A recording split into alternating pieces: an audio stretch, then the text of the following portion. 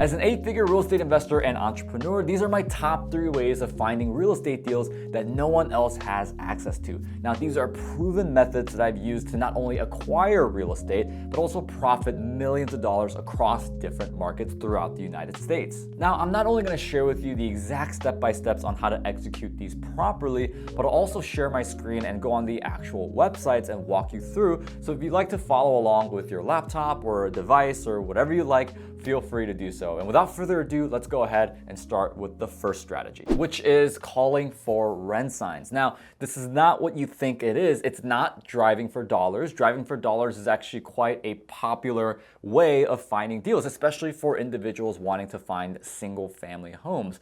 But the context in which I was doing it in was looking for multifamily buildings. Now, can you still do it with single family homes? Absolutely. And I would actually argue that calling for rent signs would actually work better than driving for dollars. Now, for a second here, for those that may not know what driving for dollars is, it's actually when you drive around certain neighborhoods and you're looking for houses that have signs of the owner being absent, as in they don't live there. So obviously grass that hasn't been cut in a long time, mailbox full of unaddressed mail, and a lot of just things aesthetically where you could just tell it wasn't taken care of. And what a lot of real estate investors, especially wholesalers, will do is that they'll look at the house, find out who the owner is, and see if they're interested in selling. What we're talking about here with calling for rent signs is a little different, where you see the for rent sign actually outside for someone to call and lease that property. Now, the reason why I was calling for rent signs and why it worked so well for me was because at the time when I was really starting in the world of real estate, when I was in my early 20s, I could not get financed. Right? So if you're watching this and you're in your late teens or you're in your 20s, well, you probably think that a bank won't finance you right now, which you're probably right, because when I was 21, I had like zero money in my bank account and my credit score was awful. So no bank would ever finance me, a 20, 21, 22-year-old kid, to buy an 8-unit apartment complex or a 15-unit apartment complex. It just wasn't happening.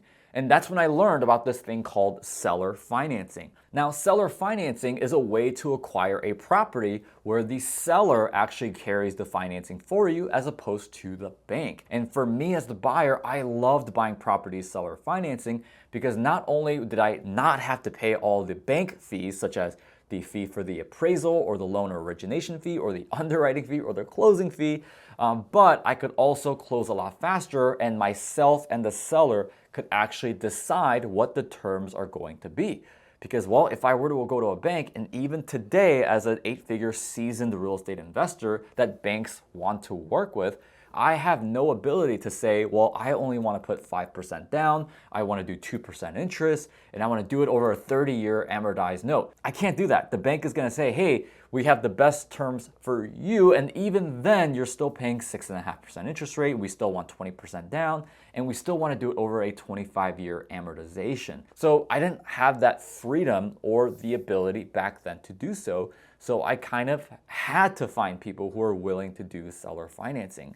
And well, in order for me to find people who want to do seller financing, I had to think about why it'd be incentivizing for them. And long story short, and maybe this is a topic for another video, the biggest benefits of seller financing to a seller was, number one, the tax advantages. And I asked myself, well, who are the people that are going to benefit off the tax advantages the most? And it was landlords who are older than 60, as in people who own their property for more than 27 and a half years. Because, well, to sum it up, the IRS allows us 27 and a half years on an apartment building to depreciate, aka the tax benefits, for 27 and a half years. So if I could find those people, well, I knew that they were going to pay the most amount of taxes if they were to ever sell. And they also happen to be in a time in their life where they might want to retire and might not want to own real estate anymore. So I knew those were the perfect individuals for me to work with to get seller financing. And well, what do older individuals do when they want to lease out a property? Do they go on the internet and try to post something on Zillow or Redfin or apartments.com? they're more likely to put a sign out because, well, that's what they've been doing for the last 20, 30, 40 years. So for that reason, I decided to go around the neighborhood and look at the properties that I wanted to buy and call the for rent sign if there was one in front of it. And sure enough, a lot of my people that I ended up contacting were people who were older than the age of 60. Now, the more I did it and the more reps I got in, the more I realized that just overall, generally speaking, it's a phenomenal way to get in contact with sellers, which goes with the philosophy that I've always heard in finding great deals is that we should never look for properties, we should always look for people. Now, that being said, I'm gonna go to the whiteboard here, and if you guys wanna follow along on a sheet of paper or your computer, and I'm actually gonna share with you the exact step-by-steps on how I did it to do it well, and then after that, I'll show you guys the actual websites I use on my laptop here so that you guys can walk along and actually do this stuff. So here at the whiteboard, and the first thing that I would do obviously is identify a market. And for me at the time, I decided to just invest locally where I lived, and I've actually lived over the last, 25 years in the greater Chicagoland area. Lived in the city for about 5 years and realized, when I was really young, our family wasn't a huge fan of that. And then we just moved around kind of throughout the Chicagoland area. But that's where I wanted to invest, was just locally in the local Chicagoland area. And the second thing I did is I would go on websites such as like apartments.com. I would go on like HotPads, right? And by the way, these are all websites where you could easily find places to rent, right? So whether it's like a 1-bedroom, 1-bath, or a 3-bedroom, 2-bath apartment, apartments.com, HotPads, obviously you got your stuff like Zillow, Redfin. These are all websites, again, where you find apartments for lease, right, for rent. And what I would do then is I would create a route. And what I meant by that is I would go on these websites and I would identify properties that fit along the lines of what I was looking for. So for me at the time, I was looking for apartments that were anywhere from 8 to 50 units, right? As in 50 doors, 50 tenants living in that building. And I would want to find properties that were not perfect, because I noticed that the ones that were like high luxury apartments that had a pool and a gym and it was just really, really nice, there wasn't a lot of margin for me to work with. And I would have to actually overpay because there were premium luxury products, and that wasn't going to give me the best return as an investor. But what I learned is if I could buy properties that were actually not in the best neighborhood, but still decent, that required a lot of maintenance and repairs, I realized I could go in there and I can make those repairs and I can add value to the actual apartments themselves, and that would allow me to increase the rents, especially if they were below market. And for me as a landlord, and I guess just a decent human being, I try not to overcharge tenants, right? Especially if it's anywhere above the market. I know I've met a lot of landlords in my career where they take pride in charging more from their tenants, and I'm just not a big fan of that. If anything, I'm going to make sure that I'm a little less than what everybody else is charging, because to me, and by the way, that's a great business tactic, because guess what? That tenant stays there for a longer period of time and they have loyalty. And I'd much rather have a tenant stay in an apartment for 10 years and they pay on time, more so than someone who's leaving, right? I have a new tenant every single year because I'm trying to just get more money, right? I think you're kind of tripping over dollars to save pennies at that point, right? So in these websites, I would find properties that I really like, and hey, they really fit along the lines of what I'm looking for, and I would identify 3 to 5. So 3 to 5 properties that I really resonated with. Like they really fit what a lot of investors call their buy box, which is, hey, these fit the categories and characteristics of what I'm looking for in an actual property. So I would identify 3 to 5 that are obviously sprinkled, right? So you may have, each of them are going to be in different neighborhoods, and I would actually source them on a map. So I would pin each location on a map.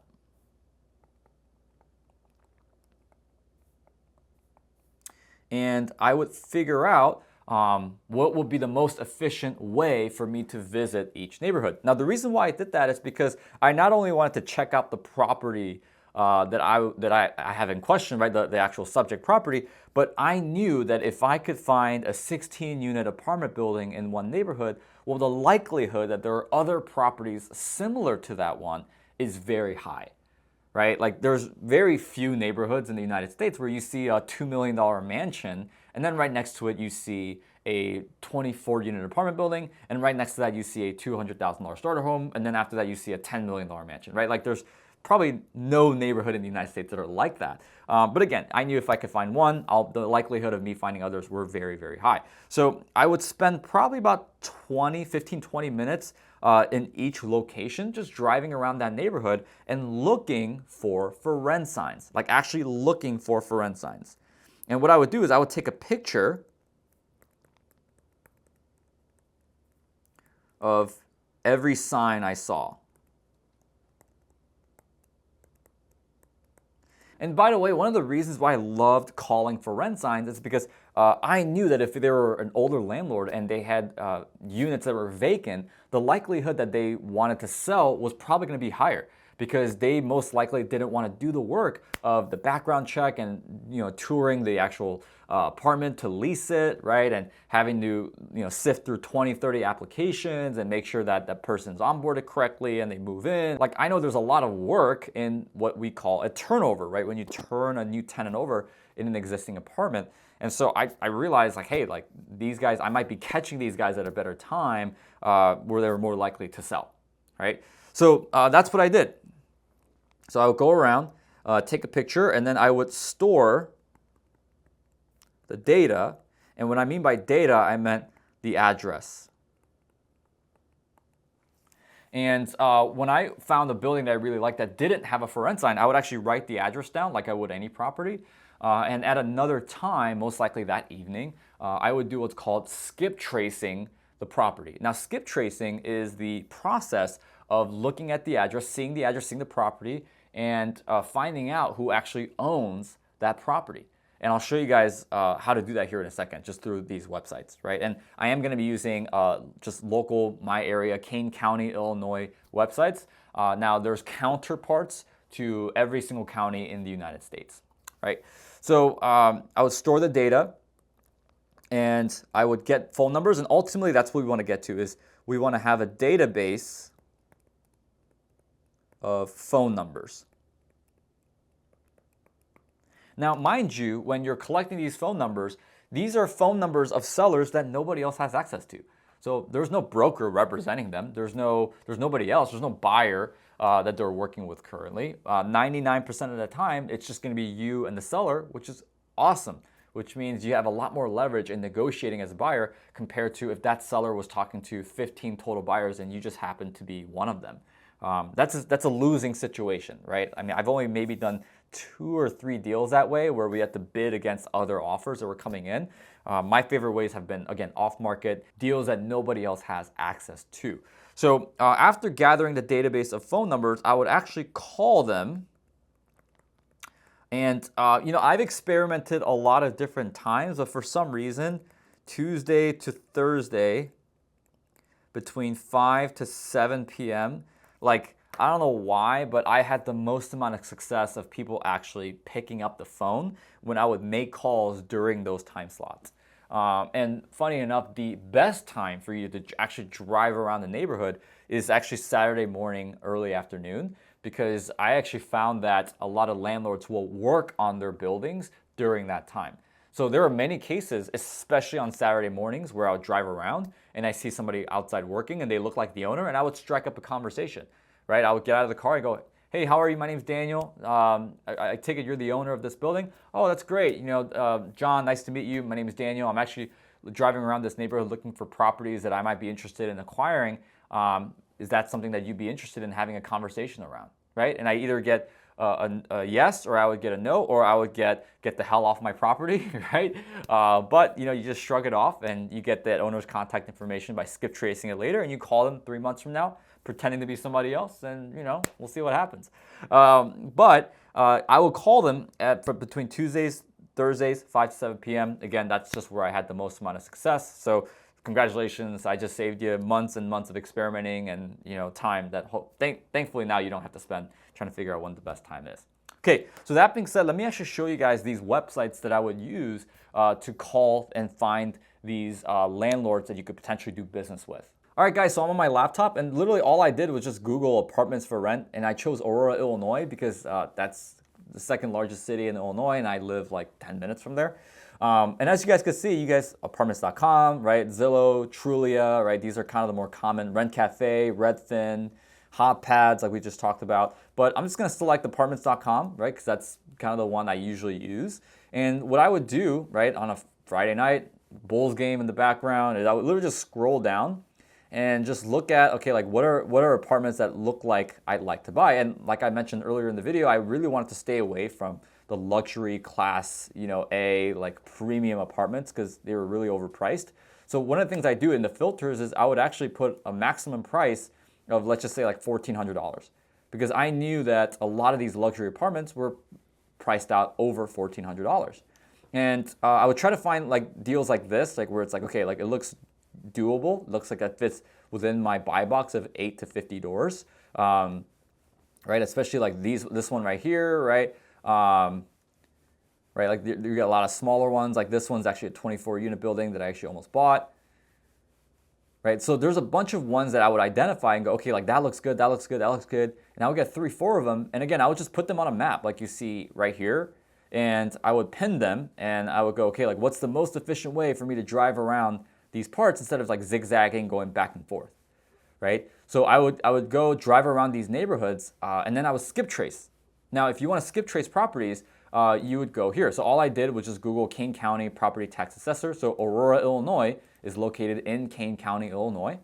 And I guarantee you, it doesn't matter what county you're in the United States, if you just Google that county property tax assessor or property search or property tax, you'll get the equivalent of this right here, where you're actually able to find the owner of a property by entering either the parcel number, the owner name, or the address. Now, obviously, in this case, I could use the address. So I would type in the address, you click on search, and you would actually see who owns the property. Now, if you don't find an actual name and you find a business instead, every state has this, from Illinois to Utah to California to Florida. I know because I did it on every state. You'll have the equivalent of this right here, which is the business entity search. So this is the state of Illinois business entity search. Now this covers everything from LLCs to corporations to LLPs to sole proprietorships. Regarding what entity you use, you're actually able to search for any business entity. So if you guys look up the like the property tax inquirer or the assessor and you see that it's like an INK, like incorporated, or LLC, or if it's just an entity in general, just type it in right here, select business name, click submit, and you should actually see something like this. So this is Novo Elite Incorporated. So this is actually my brother and I's one of our holding companies. And if you actually go to officers, and if you're looking at an LLC, you'll actually find managers. You can actually see who the owners are. And after that, I would actually just Google their name, or I would use a resource like White Pages or Spokio or fastpeoplesearch.com, really any website where you're able to find information on a person. Or 9 times out of 10, I would just Google their name, and it turns out they work as an attorney or a real estate agent or a CPA, and their contact information actually happens to be on their business website. So I would actually just Google their name, find out what their cell phone number was, or phone number, or email, and I would actually just give them a call. And what I would do is I would do what's called a double dial. Now, double dialing is when you call them once, and chances are, since they don't recognize the number, they won't pick up. And when they don't pick up, I call them again. Because even for me, like when I see an unknown number on my phone, I don't pick it up. But if I see that same number call again, I'm probably gonna assume that it's somebody that knows me or needs to reach me. Maybe it's, I don't know, somebody that has something to do with my daughter. I don't know, right? But I assume that it's somebody that just needs my attention, and it's not a bot, it's not a telemarketer, it's not, a scam call by any stretch of the imagination. Do not read it!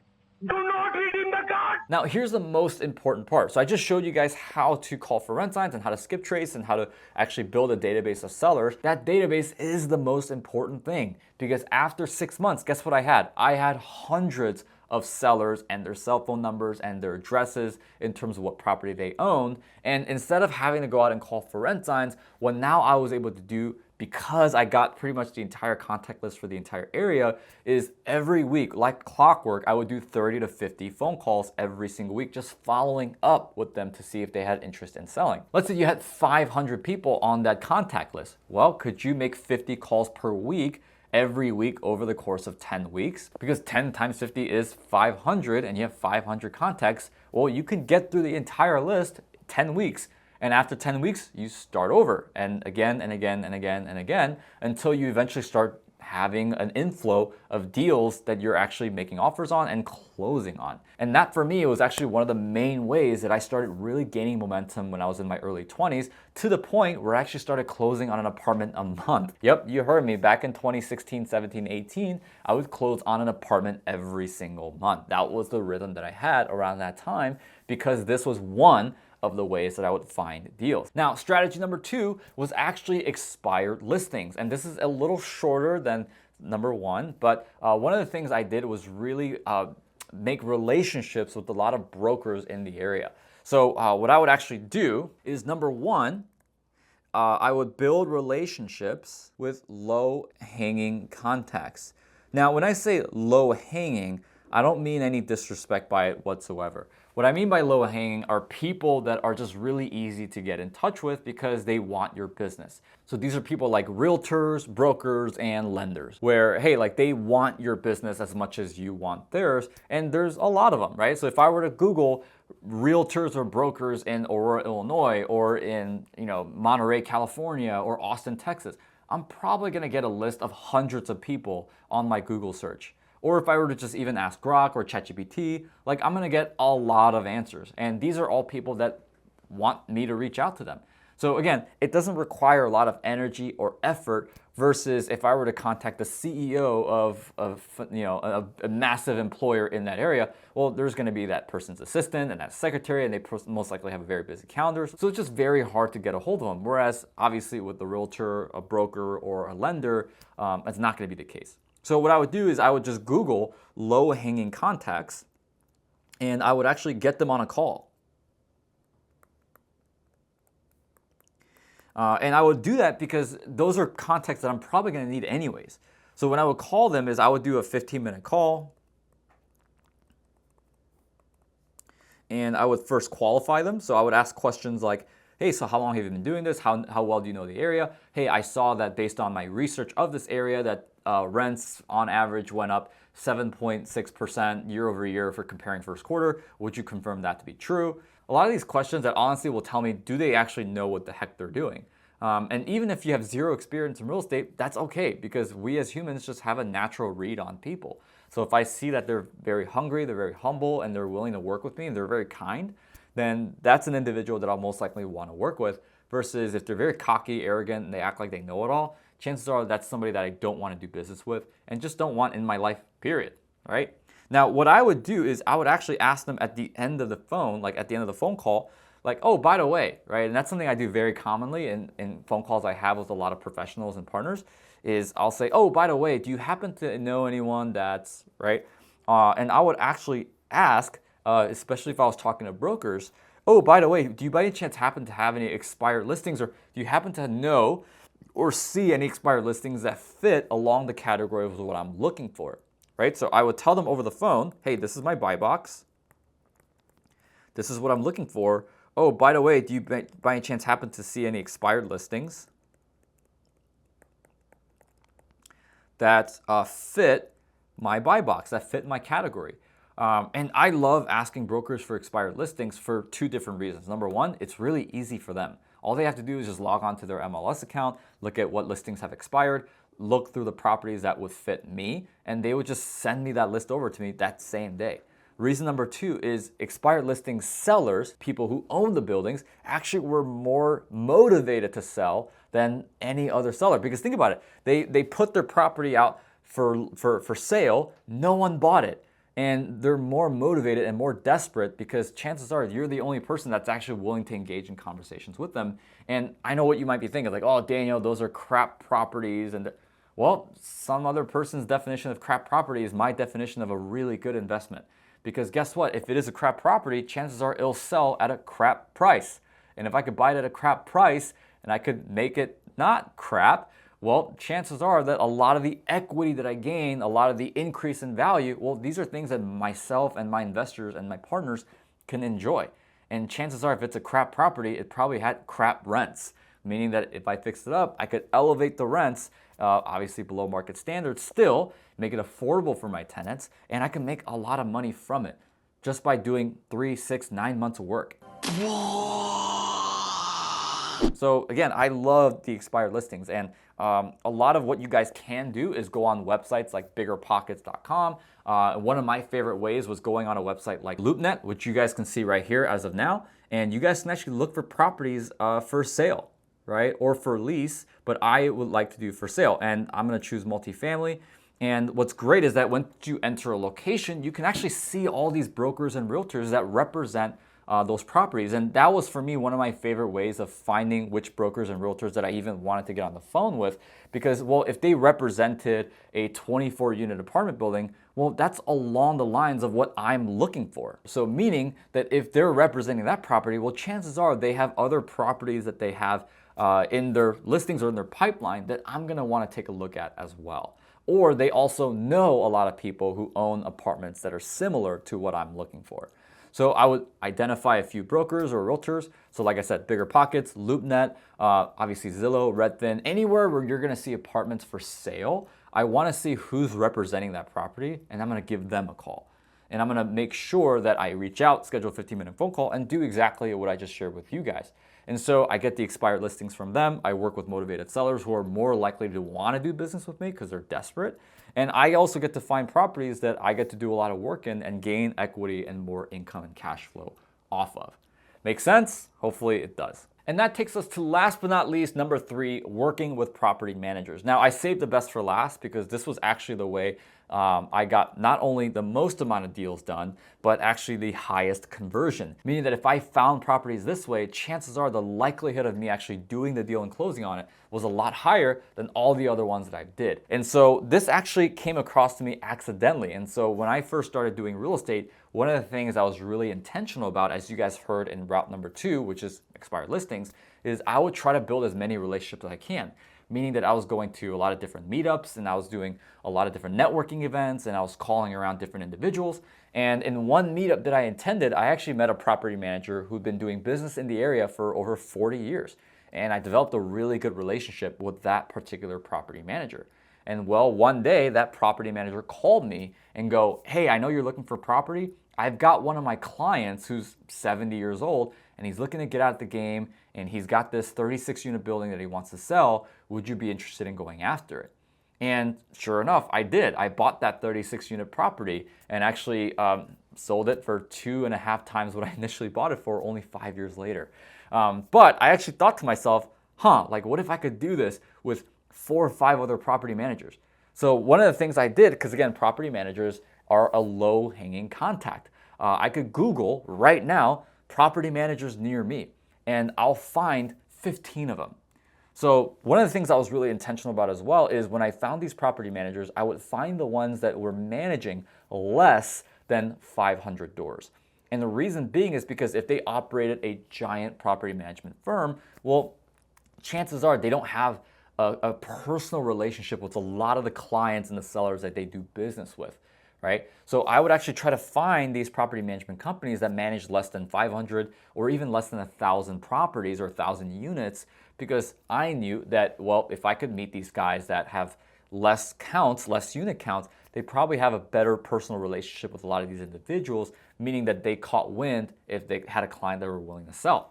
So sure enough, I would find a lot of these property managers, I would get on a phone call with them and I would propose, hey, like you have the issue, right? Your biggest fear in your business is that you don't want to lose clients. That's one thing that you don't want happening. You don't want to lose clients. You don't want to lose your unit count because, well, if you go below a certain breaking point, you can't afford your staff. You can't pay rent on even your own building. You can't pay for your operations. So the idea that I would throw out is next time you have a client that's interested in selling, have them talk to me first because, well, if I buy the property, you don't lose a client because I'll keep you in as the property manager. And it was a win for me as well because I now have somebody managing the day-to-day of a property that has managed that property for a lot longer than I have. Like they already know all the HVAC systems, the electrical systems, the plumbing, they know the tenants, they know the lease agreements they put in there, they know the area. So for me, why would I want to switch property managers if they've been doing a great job for a long period of time? Now, what I told the property manager was, hey, if we don't work out, if I don't think you're a great property manager, or if I just want to do it myself, at the very least, I'll have you as the broker for that deal and you'll make a double commission. You'll make 2, 3, 4% off the purchase price. So at worst case scenario, if we're doing, a $2 million acquisition, you get a 3% commission at $60,000. Congratulations, right? So worst case scenario, sure, you lose that client and you lose those accounts, but you make $60,000 off of the commission. So I called 4 or 5 in my area and made this arrangement. A lot of property managers loved it because they're like, yeah, like if I could have a way I never lose my unit count and if I could just refer them to you, that'd be great. And sure enough, over half of my deals I believe I did when I was in my early 20s were through this way, by means of a property manager sending me their client that wanted to sell the property. And they would actually help negotiate. And a big win for me is, especially when I was doing the analysis and underwriting of the building, is because they knew the property so well, I knew what I was getting myself into. And they almost kind of helped me as like a caddy on a golf course, right? They kind of told me what the dangers were and a lot of the concerns that I should have with this property. I got to know all that up front and address it in the beginning versus finding out years later, which is what a lot of landlords do. Right, so I hope you guys found this information super duper helpful. If you guys have any questions for me, feel free to comment down below and I will answer them for you. But as said, hope you guys found this useful. Please like and subscribe if you did, and I'll see you guys in the next video.